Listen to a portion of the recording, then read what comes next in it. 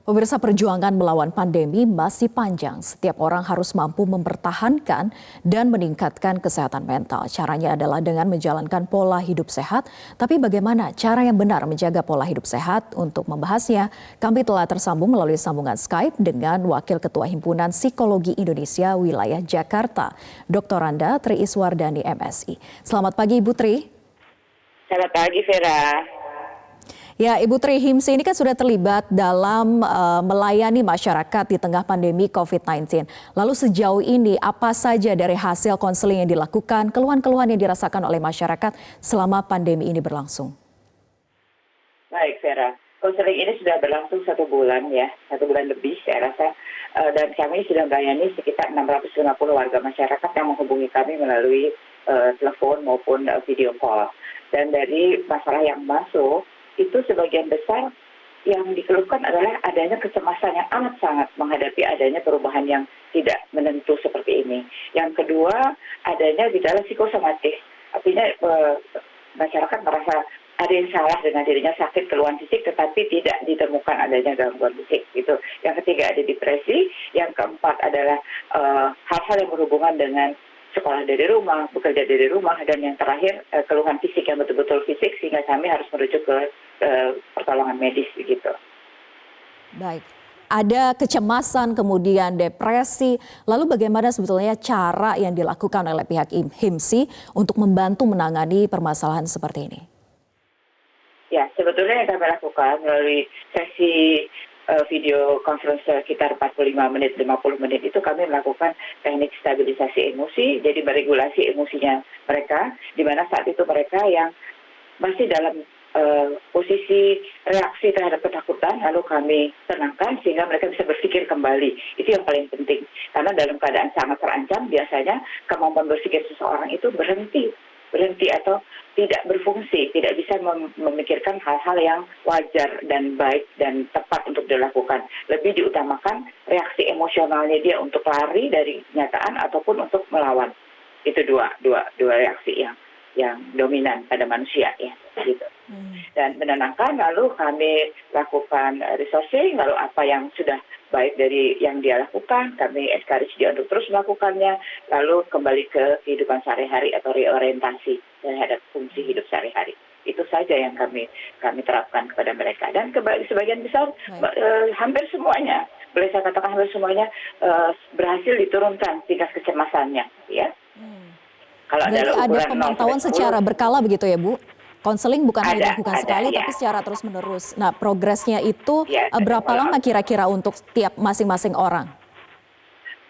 Ini yang saya katakan turun sekitar, dari 10 poin itu sekitar 4 poin rata-rata turun ya dari gangguan itu hanya dalam sekali telekonseling. Nah, biasanya kalau bagi yang masih ada keluhan di atas 4 poin, jadi dari 0 sampai 10 dia keluhan masih 4 ke atas, maka mereka akan mendapatkan 1 kali lagi gratis layanan itu. Ya. Jadi 2 kali saja sebetulnya sudah cukup untuk menenangkan saja ya, menenangkan dan mengembalikan ke aktivitas sehari-hari. Tapi kalau saya lihat sekarang ya Vera, masalahnya ini kan yang mereka yang mampu atau terinformasi, yang punya informasi bahwa mereka bisa mendapatkan mengakses pertolongan ya, konseling. Bagi yang tidak, masyarakat yang luas di sana yang tidak ada akses untuk menghubungi pertolongan, tentunya berbagai macam reaksi akan muncul. Dan yang saya amati yang seperti tadi barusan video yang di awal diputar ini, saya melihat ada reaksi penyangkalan dan ketidakpercayaan. Jadi menurut saya reaksi masyarakat yang nekat pergi ke pasar berkumpul-kumpul dan bahkan marah itu adalah salah satu reaksi manusia dalam keadaan sangat-sangat terancam dan sangat merasa cemas atas ketidakjelasan yang akan datang ya, sangat besarnya mereka nggak kuat sehingga mereka melawannya yaitu dengan menyangkal ya sudah gitu ya, karena mereka memikirkan kemungkinan terjadi yang terburuk bagi mereka nggak bisa jualan lagi, itu kan yang dipikirkan sama mereka sejauh itu, dan mereka tidak kuat membayangkan apa yang terjadi nanti gitu ya. Akhirnya reaksinya mereka, ya udah saya nggak bisa menerima ini, denial, saya sangkal ini nggak betul. Ditambah dengan ketidakpercayaan, jadilah hal seperti itu. Ya. Seberapa bahaya ketika seseorang dalam situasi seperti ini terus melakukan penyangkalan ataupun denial itu tadi? Nah, penyangkalan sendiri sudah bahaya karena dia tidak memperhatikan informasi yang sebetulnya penting dia ketahui untuk menyelamatkan jiwa. Sebetulnya mereka menjadi cemas kan karena terancam jiwa dan kehidupannya dia, gitu ya. Tetapi karena sangat menakutkannya bagi dia, nggak mungkin nih kalau ini nggak bisa saya apain lagi. Munculnya reaksinya marah. Kan ada fight, ada flight, ada freeze. Ya, fight itu dia melawan, nggak bisa nih kayak begini. Saya nggak mau seperti ini. Bukan hanya di Indonesia saja, itu di Amerika juga terjadi orang yang pada marah kan, menyangkal apa yang ditetapkan peraturan. Itu mereka akhirnya kalau tidak bisa berpikir, yang keluar adalah perilaku emosional semata. Yang penting saya mau, yang nanti gimana nanti. Maksudnya gimana nanti itu karena mereka nggak bisa berpikir panjang. Baik, jadi tidak Berpikir heran panjang tuh ketika berarti memang kalau saya seseorang begini, maka begini. terlihat melakukan tindakan anarkis begitu ya Bu? Iya, ini karena penyangkalan dan ketidakpercayaan menurut saya ya.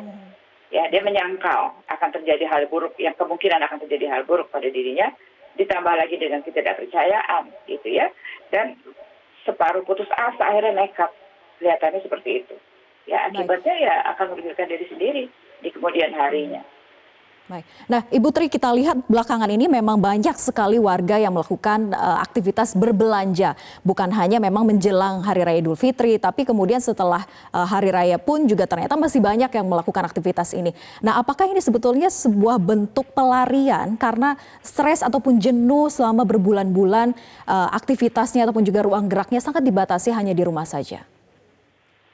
Bisa jadi. Terutama orang-orang yang, bayangkan nggak Sarah, orang yang rumahnya kecil, sempit, terus nggak ada kegiatan apa-apa, tiap hari gitu lihat urus anak, masak, lain-lain, semuanya ya rutinnya itu rutin di dalam rumah tangganya sendiri yang tidak ada banyak alternatif kegiatan, ya.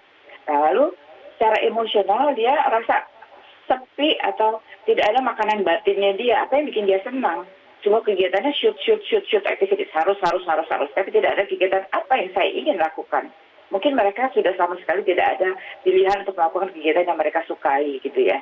Jadi akhirnya belanja ini adalah salah satunya yang menjadi outlet mereka gitu. Ya, terutama sekali orang-orang yang punya kebutuhan untuk selalu berada bersama orang lain, connectedness. Jadi dia hidup karena dia connected gitu. Kalau orang yang tidak biasa hidup memenuhi kebutuhannya sendiri, termasuk kebutuhan emosionalnya sendiri, gitu ya, akan sulit. Dia pasti akan craving ya, seperti orang edik untuk relationship itu ya, dia akan craving, aduh kapan nih saya bisa ketemu lagi gitu. Karena itu makanan batinnya dia satu-satunya, itu hiburannya dia gitu. Nah itu diambil juga gitu. Mereka udah desperate, udah nggak ada lagi kekayaan emosinya dia yang dia pakai untuk mengurus rumah misalnya gitu. Dia harus ambil dari mana saya bisa merasa senang gitu. Sebagai bentuk hiburan begitu ya di tengah masa sulit seperti saat ini. Tapi di sisi lain juga pandemi COVID-19 ini kan kita tidak ada yang tahu dan tidak ada yang bisa memprediksi kapan akan berakhir. Artinya bagaimana untuk bisa betul-betul mempertahankan kesehatan mental dan bagaimana sebetulnya cara pola hidup sehat yang benar di kala seperti ini. Gini, sebelumnya saya sampaikan dulu bahwa kalau kita bilang menjaga ketahanan mental, meningkatkan kesehatan mental gitu ya, kesehatan mental, meningkatkan, itu sebenarnya nggak jauh atau sama dengan menjaga daya tahan tubuh. Ya, kalau kita menjaga daya tahan tubuh itu apa? Kita melepaskan diri dari stres, lalu kita makan vitamin, makan yang bergizi, tidur cukup gitu kan. Kalau kesehatan mental begitu juga sebetulnya, kita bisa memeliharanya dengan kita berpikir yang jelas, yang gampang aja. Selalu berpikir positif pikiran. Jadi jangan kalau ada bohongan Allah pasti di pemerintah udah gini, jangan berpikir positif. Ambil sisi positif dari semua apapun yang diterima. Ya, berpikir positif terhadap siapapun. Lalu pandai-pandailah meregulasi emosi. Kalau kita dijengkel sedikit, kita tahu notify. Aduh saya kok kesal ya. Apa ya? Saya kesal, katakan itu dan apa yang bisa saya lakukan? Ya, mulai bicara dengan orang, konsultasi atau sharing dengan kenalan kan bisa terakses ya. Jadi koneksi dengan teman, dengan saudara, dengan siapapun yang ada di sekitarnya selama ini menjadi safety net, social safety net mereka, hubungilah gitu ya. Kalau Anda mengalami gangguan emosi. Kalau tidak bisa, hubungilah bantuan. Ya, bantuan yang melalui layanan call center seperti itu. Lalu yang ketiga, dia itu kita ini semua untuk meningkatkan daya tahan tubuh ini harus pandai melakukan self care namanya, pemelihara diri sendiri dengan cara apa? Meditasi, sholat yang khusyuk, berdoa gitu ya. Kalau sementara orang ada yoga, tapi betul berada dengan dirinya sendiri dan menenangkan pikiran itu sangat penting. Ya, self care. Selain self care itu juga melakukan kegiatan yang masih bisa dilakukan, misalnya olahraga ringan, ya, membaca, ya, lalu mengikuti mengikuti seminar-seminar yang gratis saat ini banyak sekali, ya, lalu memberikan perhatian kepada teman-teman atau saudara-saudara yang memerlukan, atau sekalipun dia berkumpul dengan teman-temannya melalui video call seperti hal biasa, seperti yang biasa dilakukan, tetapi kali ini tidak in vivo, tetapi melalui media virtual ya. Artinya memang harus tetap produktif di masa-masa seperti ini begitu ya, dan juga bagaimana self care itu betul-betul dijaga tiap masing-masing orang. Baik. Terima kasih Wakil Ketua Himpunan Psikologi Indonesia Wilayah Jakarta, Ibu Tri Iswardani sudah bergabung bersama kami di Metro Pagi Prime Time karena sayang sekali durasi kita sangat terbatas.